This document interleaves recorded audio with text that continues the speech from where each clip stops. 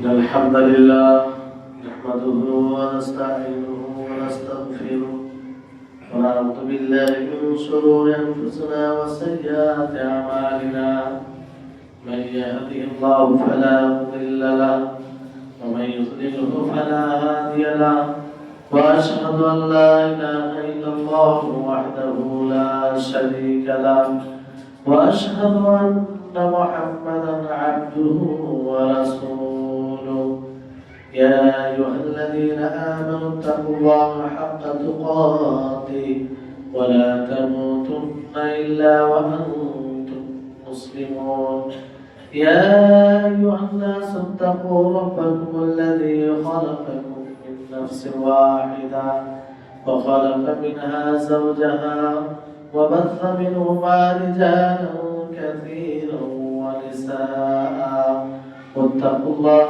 الذي تساءلون به والأرحام إن الله كان عليكم رقيبا يا أيها الذين آمنوا اتقوا الله وقولوا قولا سديدا يصلح لكم أعمالكم ويغفر لكم ذنوبكم ومن يطع الله ورسوله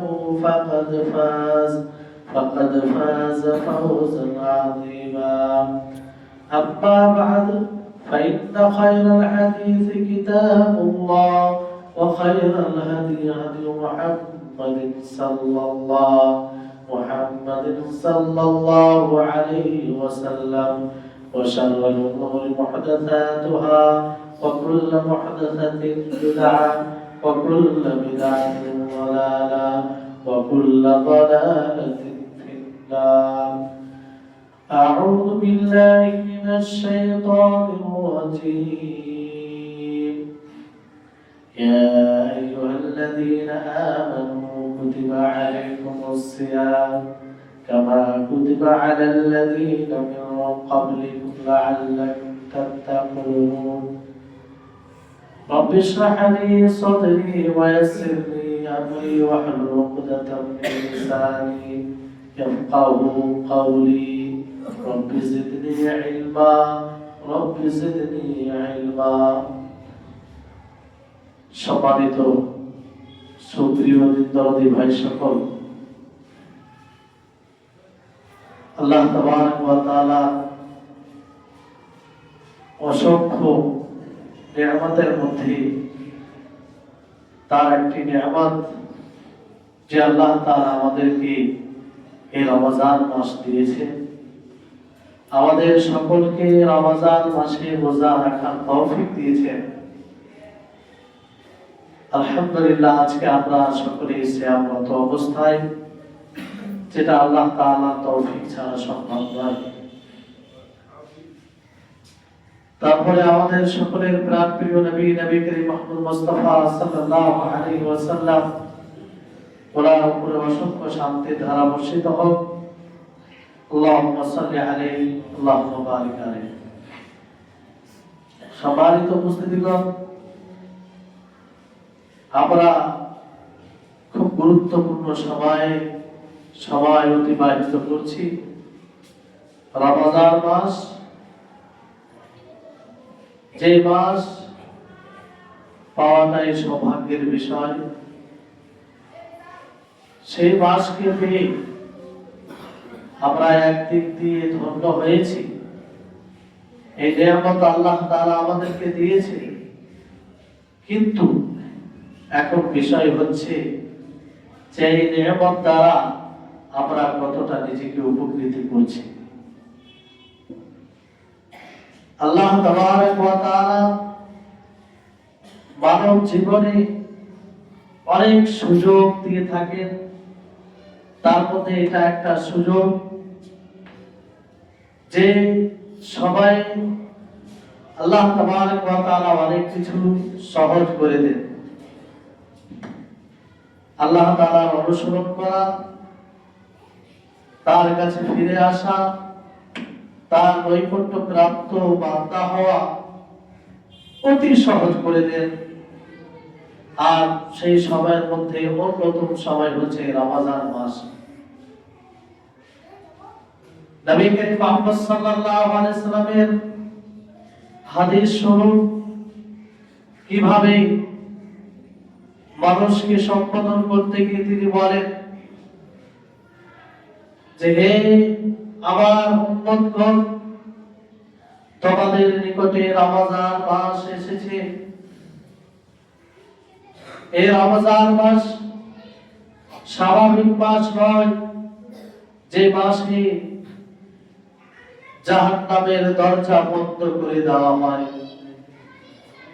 যে মাসে জান্নাতের দরজা সমূহ উন্মুক্ত করে দেওয়া হয়, যে মাসে শয়তানদের শিকল আবদ্ধ করে দেওয়া হয়। তারপরে আসমান থেকে ঘোষণাকারী ঘোষণা করেন, ডাক দিয়ে বলেন আল্লাহর বান্দাদেরকে, ইয়া বাগিয়াল খায়র আকবিল, ইয়া বাগিয়াল খায়র আকবিল, হে কল্যাণকামীগণ, হে কল্যাণ সন্ধানকারীগণ, তোমরা এগিয়ে এসো, তোমরা ভালো কাজে অগ্রসর হও, আল্লাহর ইবাদতে ধাবিত হও, আল্লাহর ইবাদতে ছুটে পড়ো। ইয়া বাগিয়াল খায়র আকবিল ওয়া ইয়া বাগিয়াশ শার আকসির, হে অকল্যাণ সন্ধানকারীগণ, তোমরা বিরত হও, তোমরা থমকে দাঁড়াও। স্বাভাবিক মাসে 11 মাসে তোমরা গুনাহ করেছো, পাপ করেছো, সব কিছু করেছো, কিন্তু এই মাসে ইয়া বাগিয়াশ শার আকসির, তোমরা বিরত হও, তোমরা থমকে দাঁড়াও। কারণ এই মাসটি হচ্ছে রহমতের মাস, এই মাসটি হচ্ছে মাগফিরাতের মাস, এই মাস হচ্ছে নিজেকে তৈরি করার মাস। আল্লাহ নবী মুহাম্মদ সাল্লাল্লাহু আলাইহি ওয়াসাল্লাম আগে বলেন, ওয়ালিল্লাহি মুতাকাউ মিনান নার, যা আল্লাহর জন্য তিনি এই রমজান মাসে কিছু জাহান্নামীদেরকে জাহান্নাম থেকে মুক্তি দান করে থাকেন, কিছু জাহান্নামীদেরকে জাহান্নাম থেকে মুক্তি দান করে থাকেন। আর শুধু এটা রমজান মাসে কোনো একদিন নয়, বরং রমজানের প্রতিটি রাত্রে, ফি কুল্লি লাইলা। কত দুর্ভাগ্যের বিষয় হবে যে আল্লাহ তাবারক ওয়া তাআলার পক্ষ থেকে এই ঘোষণা নবী করিম মুহাম্মদ সাল্লাল্লাহু আলাইহি ওয়াসাল্লামের মাধ্যমে, যে ইয়া বাগিয়াল খায়র আকবিল, হে কল্যাণ সন্ধানকারী, তোমরা অগ্রসর হও, তোমরা ধাবিত হও। নবীর মাধ্যমে এটাও ঘোষণা হচ্ছে যে এই রমজান মাসে প্রত্যেক রাত্রে আল্লাহ তাবারক ওয়া তাআলা জাহান্নামীদেরকে জাহান্নাম থেকে মুক্তি দান করে থাকে। সেই জাহান্নাম, যেই জাহান্নামের আমরা কল্পনা করতে পারি না দুনিয়াতে, যেই জাহান্নামের শাস্তির আমরা বিবরণ দিতে পারি না মানুষকে, যেই জাহান্নামে আযাবের স্বাদ গ্রহণ করা তো দূরের কথা, সেটা আমরা আমাদের ভাবনা চিন্তায় নিয়ে আসতে পারি না। আল্লাহ তাবারক ওয়া তাআলার পক্ষ থেকে এই তোহফা রমজান মাস, যা আমরা এই মাসে আল্লাহ তাআলার ইবাদত করে নিজেকে সেই জাহান্নাম থেকে মুক্তি দিতে পারি, আল্লাহর কাছে অনুতপ্ত হয়ে, আল্লাহর কাছে ক্ষমা চেয়ে, এটা আল্লাহ তাবারক ওয়া তাআলার পক্ষ থেকে ঘোষণা। নবী সাল্লাল্লাহু আলাইহি ওয়াসাল্লাম ঘোষণা করেছেন, মানে আল্লাহ তাআলার পক্ষ থেকে।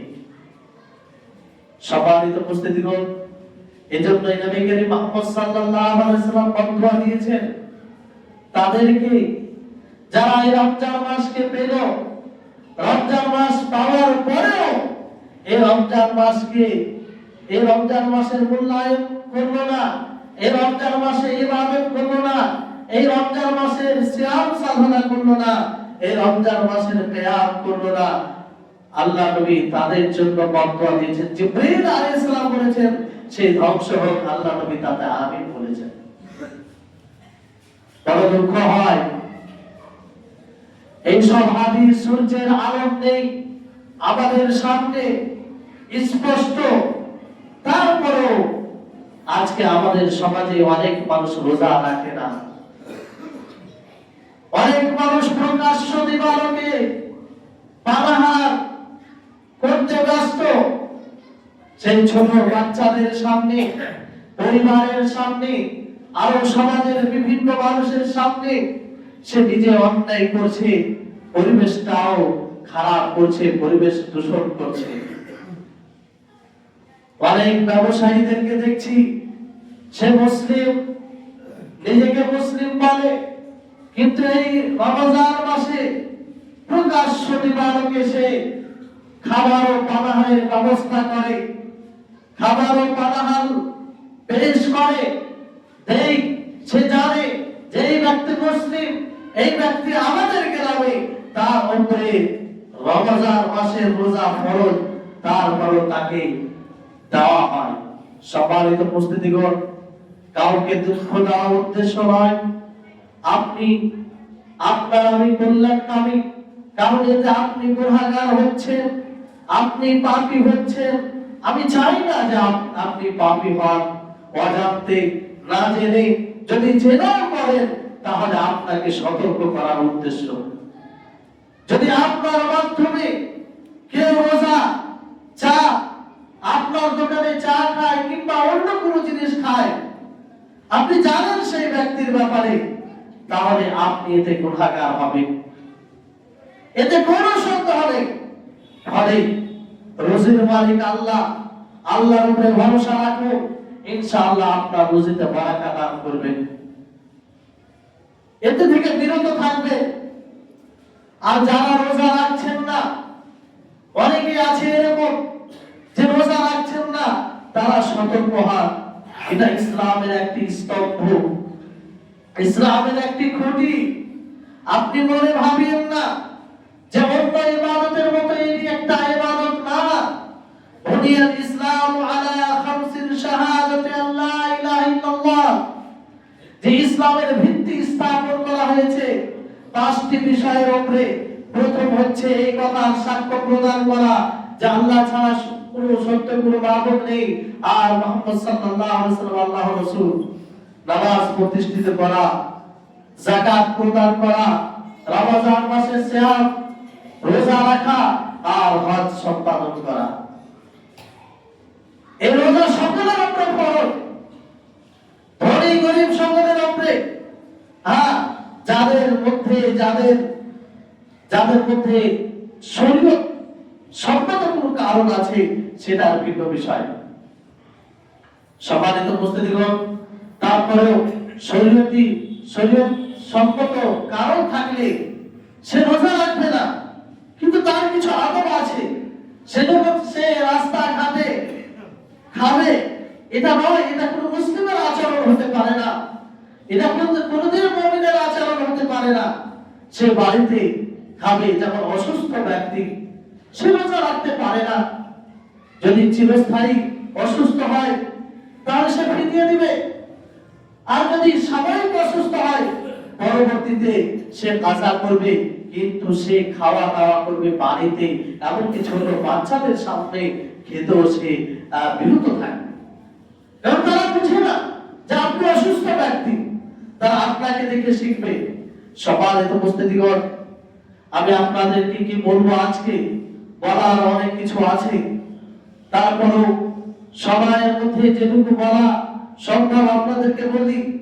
যেহেতু আমরা রোজা রাখছি, এই রোজার প্রতিদান আমরা সকলেই জানি, কিন্তু আমাদের স্মরণ করা উচিত হবে, যাতে আমরা আরো চাহিদার সাথে, আগ্রহের সাথে সেই রোজাকে সম্পাদন করি, সেই রোজা রাখি।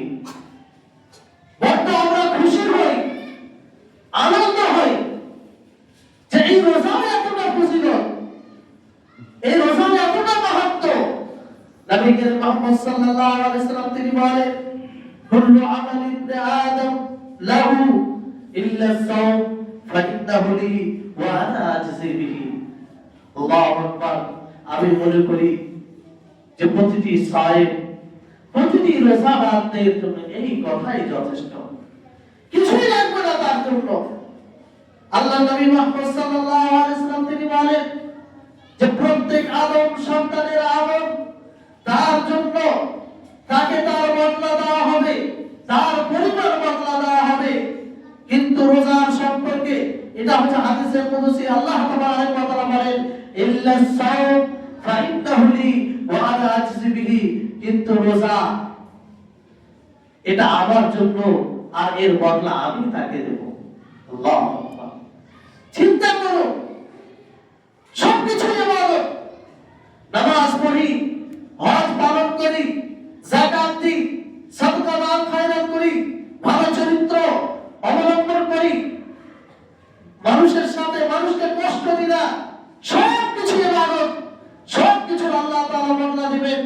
কিন্তু কোন ইবাদতের ক্ষেত্রে এই কথা বলেনি, বরং তিনি কি বলেছেন রোজার ক্ষেত্রে যে আমি তার বদলা দেব, কতটা দেব, এটা আল্লাহ তাবারক ওয়া তাআলা বলেন। কি সৌভাগ্যের বিষয়, কি আল্লাহ তাবারক ওয়া তাআলা নিয়ামত যে আমরা সেই রোজাকে পেয়েছি, যে রোজার বদলা, যে রোজার প্রতিদান আমরা স্বয়ং সেই সত্তার হাতে নেব যিনি আমাদেরকে সৃষ্টি করেছেন, যার যার দয়া, যার তৌফিক ছাড়া আমরা কিছুই করতে পারি না, যার ইচ্ছা ছাড়া কিছুই হয় না। তিনার হাতে আমরা এই বদলা দেব। সম্মানিত উপস্থিতি, কেন? এর কারণ হচ্ছে যে একজন সায়েম রোজাদার সেই খাবার ও পানাহার থেকে বিরত থাকে শুধুমাত্র আল্লাহর জন্য, শুধুমাত্র আল্লাহর জন্য। হাদিসে সত্য যে ফাইন্নাহু তারাকা শাহাওয়াতাহু ওয়া তাআমাহু মিন আজলি, যে সে আমার জন্য খাবার পানাহার ছেড়ে দেয়। একজন রোজাদার সে ইচ্ছা করলে একাকী গিয়ে খেতে পারে, নির্জনে গিয়ে খেতে পারে, কেউ দেখতে পাবে না তাকে, কিন্তু সে জানে আমার মহান আল্লাহ, আমার স্রষ্টা, যার শক্তি উপরে কারো শক্তি নেই, যার ইচ্ছার উপরে কারো ইচ্ছা চলে না, তিনি আমাকে দেখছেন, তিনি আমার সমস্ত কর্ম সম্পর্কে অবগত, তা থেকে আমি চুপিত হতে পারি না। এই অনুধাবন, এই অনুভূতি, এই রোজা এই একজন রোজাদারকে, আর এই অনুধাবন অনুভূতি সবসময় রাখতে হবে।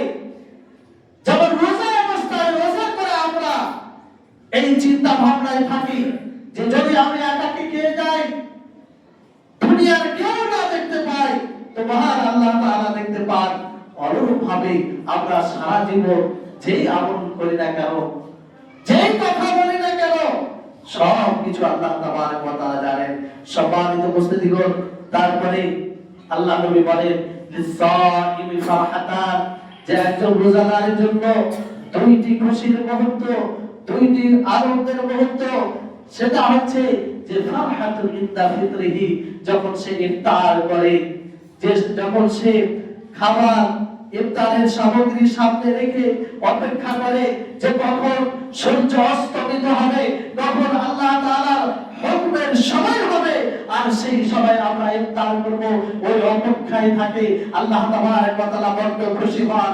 আল্লাহ তাবারক ওয়া তাআলা দেখেন যে আমার বান্দা সে চাইলে সামনে খাবার আছে, সে খেতে পারে, কিন্তু খায় না, আমাকে সন্তুষ্ট করার জন্য। ওয়া ফারহাতুল ইনদা লিকাই রাব্বিহি, অনুরূপভাবে আরেকটি খুশির সময় যখন সে রবের সাথে সাক্ষাৎ করবে। আল্লাহ তুমি আমাদের সকলের তৌফিক রাখো, সকলের সৌভাগ্য রাখো। সবচেয়ে বড় নিয়ামত সেই আল্লাহ তাবারক ওয়া তাআলা দর্শন লাভ করা, সেই মহান আল্লাহ তাআলা দিদার লাভ করা, যে মহান আল্লাহ তাআলা সৃষ্টি আমরা সকলেই, আল্লাহ ব্যতীত যা কিছু আছে সমস্ত কিছু তার সৃষ্টি, তিনি হচ্ছেন স্রষ্টা, তাকে দেখা, এটা সবচেয়ে বড় নিয়ামত। সম্মানিত উপস্থিতিগণ, এই নিয়ামত যখন আমরা পাবো, আমরা জান্নাতে থাকবো, যখন এই নিয়ামতটি নিয়ামতের মুহূর্তটা আসবে তখন সবচেয়ে বড় খুশির সময় হবে।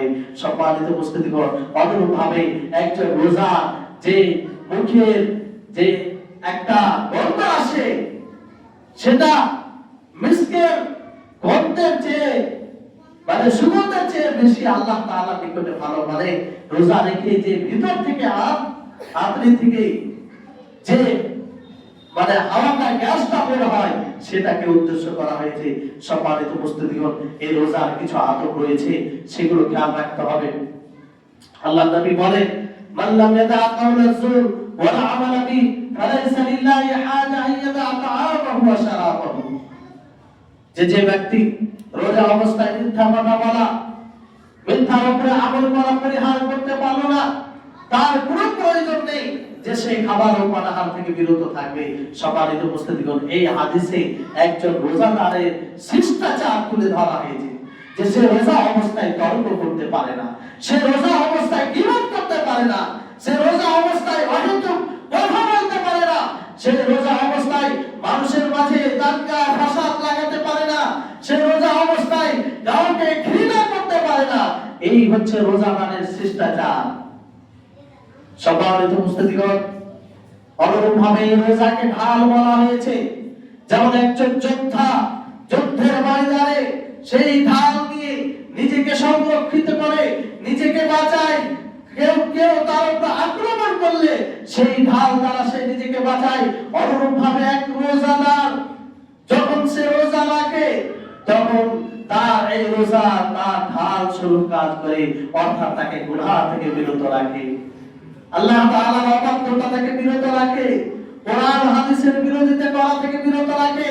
যদি আপনি এই রোজাকে সঠিকভাবে পালন না করেন, রোজার আদবসমূহ এর খেয়াল না করেন, রোজা অবস্থায় আপনি মিথ্যা কথা বলেন, রোজা অবস্থায় আপনি গীবত করেন, রোজা অবস্থায় গালিগালাজ করেন, রোজা অবস্থায় যাবতীয় গুনাহ কাজ করেন, তাহলে আপনার এই রোজা ঢাল হবে না, আপনার এই রোজা ঢাল হবে না। ফলে হাদিসে এসেছে যে যদি তোমাকে কেউ গালি দেয়, তোমাকে কটু কথা বলে, তোমাকে কষ্টদায়ক কথা বলে, তাহলে তুমি তার সাথে তর্কে জড়াবে না, বরং কি বলবে, ইন্নী মুরআন সাইমুন, যে আমি রোজাদার ব্যক্তি, আমার রোজা আমাকে তোমার সাথে তর্ক করার অনুমতি দেয় না, কারো গীবত করার অনুমতি দেয় না। সম্মানিত উপস্থিতিগণ, অনুরূপভাবে এই রোজার আরেকটি গুরুত্বপূর্ণ আমল, সেটা হচ্ছে এই রমজান মাসের তারাবি। আলহামদুলিল্লাহ, এখন যে আপনাদের চাহিদা এই তারাবি পড়ার খুব ভালো লাগছে, কিন্তু এটা যেন পুরো রমজান মাসে থাকে, পুরো রমজান মাসে থাকে। এমনটা যেন না হয় যে 10 রমজানের পরে যে মসজিদে যে পরিমাণ মুসল্লি ছিল তা থেকে কমে যায়। তার মানে যদি এটাই হয় তাহলে বুঝে নিতে হবে যে আমরা মানুষকে দেখানোর জন্য আমল করছি, লোক দেখা দেখে আমল করছি। আমরা যদি সত্যিকারে এই রমজান মাসকে সুবর্ণ সুযোগ ভেবে আমল করি, তাহলে পুরো রমজান মাসটাই যেন এইভাবে কাজে লাগাই। তারপরে আপনাদেরকে বলি যে এই তারাবি অতি গুরুত্বপূর্ণ আমল রমজান মাসে। সম্মানিত উপস্থিতিগণ, ফলে এই তারাবি সুস্থভাবে একদম ধীর স্থির ভাবে এই তারাবি পড়বেন। এমনটা যেন আপনার মধ্যে না থাকে যে কোথায় তাড়াতাড়ি হচ্ছে সেখানে যাব, যেখানে 30 মিনিট হয়, যেখানে 35 মিনিট হয়, যেখানে 40 মিনিট হয়, আপনি কম সময়ে দেখবেন। সম্মানিত উপস্থিতিগণ, আপনি মনে রাখবেন আপনার হৃদয়ের খবর আল্লাহ তাআলা জানছেন। মান কামা রমাদান ঈমানান ওয়া ইহতিসাবান গুফিরা লাহু মা তাকাদ্দামা মিন যামবিহি। যে ব্যক্তি রমজান মাসের কিয়াম করে, রমজান মাসে তারাবি আদায় করে ঈমানের সাথে, সওয়াবের আশায়, তার পূর্বের গুনাহ আল্লাহ তাআলা ক্ষমা করে দেন। কার জন্য? কার জন্য? যে সততার সাথে, যে আল্লাহ তাআলার সন্তুষ্টি লাভের উদ্দেশ্যে আদায় করে। এত বড় পুরস্কার আপনি অর্জন করবেন, আর একটু কষ্ট করতে হবে না? এখন তো গরম কম, গরম হলে মশাতে কামড় দিবে, গরম লাগবে, খাবে, আপনি ভেবে ভিজেও যেতে পারেন, কষ্ট তো হবে। আপনি মহা পুরস্কারের আশা করছেন না, জান্নাতের আশা করবেন,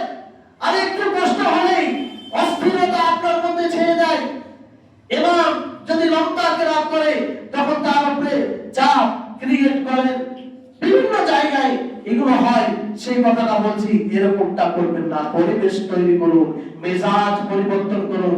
আপনি আল্লাহর ঘরে এসেছেন, সুস্থভাবে স্থিরভাবে ইবাদত করে বের হবেন। সম্মানিত উপস্থিতিগণ, ওমর রাদিয়াল্লাহু তাআলা আনহু এই কিয়ামুল লাইলকে খুবই গুরুত্ব দিতেন। আরেকটি এর সাথে গুরুত্বপূর্ণ কথা, যে ইমামের সাথে পূর্ণ তারাবি পড়বেন, পূর্ণ তারাবি পড়বেন, ভিতর সহ পড়বেন। যদিও ভিতর আপনি রাত্রি যত শেষ রাত্রে পড়বেন ভালো, কিন্তু বিষয়টা হচ্ছে একটি হাদিসের কারণে আপনি ইমামের সাথে পড়ে নেবেন। হাদিসে রয়েছে, মান কামা মা ইমামিহি হাত্তা ইয়ানসারিফা কুতিবা লাহু কিয়ামুল লাইল। আল্লাহ, পুরস্কারের উপর পুরস্কার, পুরস্কারের উপর পুরস্কার।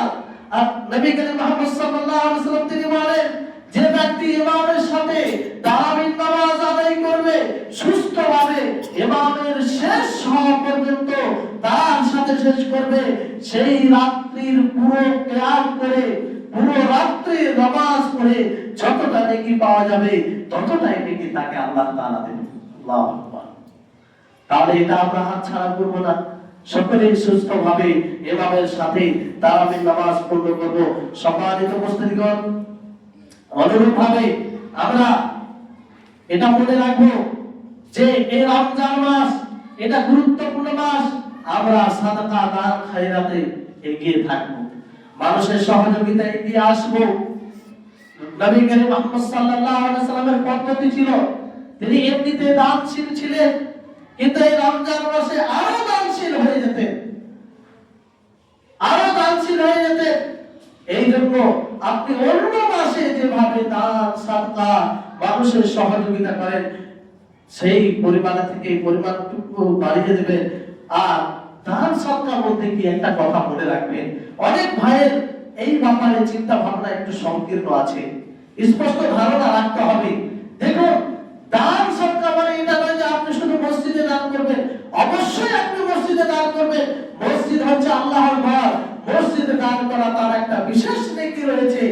কিন্তু মসজিদে দান করার সাথে সাথে আপনার পাশে গরিব অসহায় আছে তাকেও দেখবেন, আপনার পাশে যারা প্রতিবেশী আছে তাদের দরকার যদি থাকে তাকেও দেখবেন, এবং আরো যাদের প্রয়োজন কোন জায়গায় ইসলামের কাজে যদি প্রয়োজন থাকে সেখানেও আপনি দান করবেন। তবে আপনি ভেবে চিন্তে দান করবেন, কোথায় দান করছেন, যে সেই দানটা আপনার কাজে লাগছে কিনা অবশ্যই আপনাকে দেখতে হবে। সম্মানিত উপস্থিতিগণ, অনুরূপভাবে শেষে একটা আমল করব। বলার অনেক কিছু আছে, সময় হয়ে গেছে, যে কোরআন পাঠ করুন।